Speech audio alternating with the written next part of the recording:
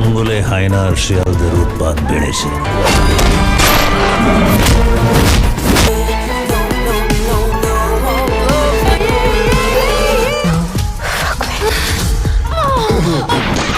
আমাকে নিয়ে যাও তোমার সাথে। 2026 সালে বাংলা সিনেমা শুধু গল্পে নয়, বৈচিত্র্য ও গভীরতার দিকেও তাক লাগিয়েছে। আজকের পর্বের এই নতুন 10টি মুভি প্রমাণ করে পুরো দুনিয়ায় এখন বাংলা সিনেমার রাজত্ব চলছে। কোনো সম্পর্কই একতরফা হতে পারে না। আপনি কি হেলেন নাকি বনলতা সেন? আমি বনলতা সেন। তাই চলুন দেখে নেই 2026 সালে কোন 10টি বাংলা সিনেমা পুরো বিশ্বকে চমকে দিচ্ছে।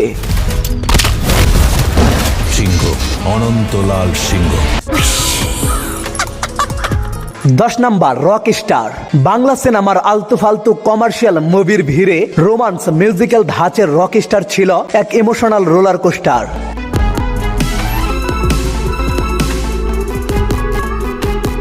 এক বড়লোক পরিবারের বিগড়ে যাওয়া ছেলে আগুনের গল্প বলা হয়েছে মুভিটিতে। এই আগুনের স্টার হওয়া, তার উত্থান পতন, নেশায় জড়ানো, তার জীবনের অন্ধকার দিক তুলে ধরা হয়েছে গল্পে। তার জীবনে মেয়েরা আসার পর কি হয় সেটাই সিনেমার মূল যাত্রা। তবে তুফান, বরবাদ, তাণ্ডব সিনেমার মতো এক্সপেকটেশন নিয়ে দেখলে পস্তাবেন। তারপরেও যদি আপনি শাকিব খানের পারফরমেন্স, ভালো গান আর ইমোশনাল জার্নি উপভোগ করতে চান, তাহলে রক স্টার অবশ্যই মাস্ট ওয়াচ।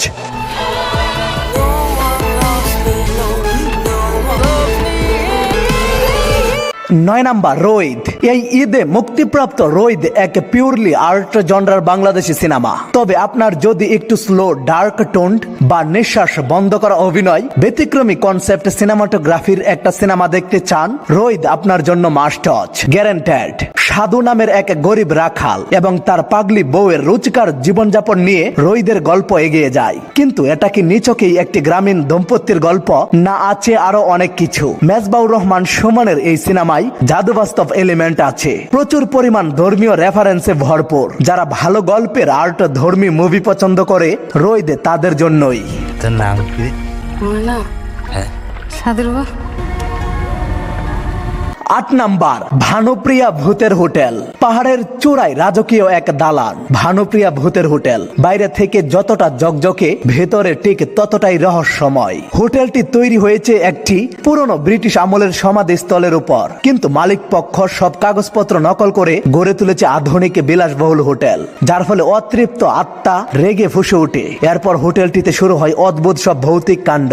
মানুষ ও ভূতের এই মজার লড়াই ও রহস্য নিয়ে এই সিনেমাটির গল্প আবর্তিত হয়েছে। যারা কমেডির সাথে ভৌতিক গল্প পছন্দ করেন, তারা দেখে নিতে পারেন ভানুপ্রিয়া ভূতের হোটেল মুভিটি। 7 নাম্বার, দম। বাংলাদেশে প্রথমবারের মতো কোনো বিগ স্কেলের সারভাইভাল ড্রামা। গল্প অনেকের কাছে বোরিং আর একঘেয়ে লাগলেও যেহেতু সত্য ঘটনা অবলম্বনে তৈরি, সেই বিচারে ভালোই লাগবে। সিনেমাটোগ্রাফি, কালার টোন, লোকেশন এক কথাই ছিল অসাধারণ। সিনেমার প্রতিটা ফ্রেম সৌন্দর্য দিয়ে ভরা। জীবিকার তাগিদে এনজিও কর্মী আফগানিস্তানে এসে তালেবানদের হাতে বন্দী। এই বন্দী হওয়ার ভ্যালিড রিজন ছিল, তারপর মৃত্যুর সাথে লড়াই। এই লড়াইয়ের প্রতিটা মুহূর্ত ছিল শ্বাসরুদ্ধকর, যেখানে একটি গাধা ছিল এক্স ফ্যাক্টর। আরফান নিশোর অভিনয়, এক্সপ্রেশন দুর্দান্ত। চরিত্রের মাঝে একদম ডুবে গিয়েছিলেন। ওভারঅল বললে এটাও ভালো সিনেমা, তবে অবশ্যই ধৈর্য সহকারে দেখতে হবে।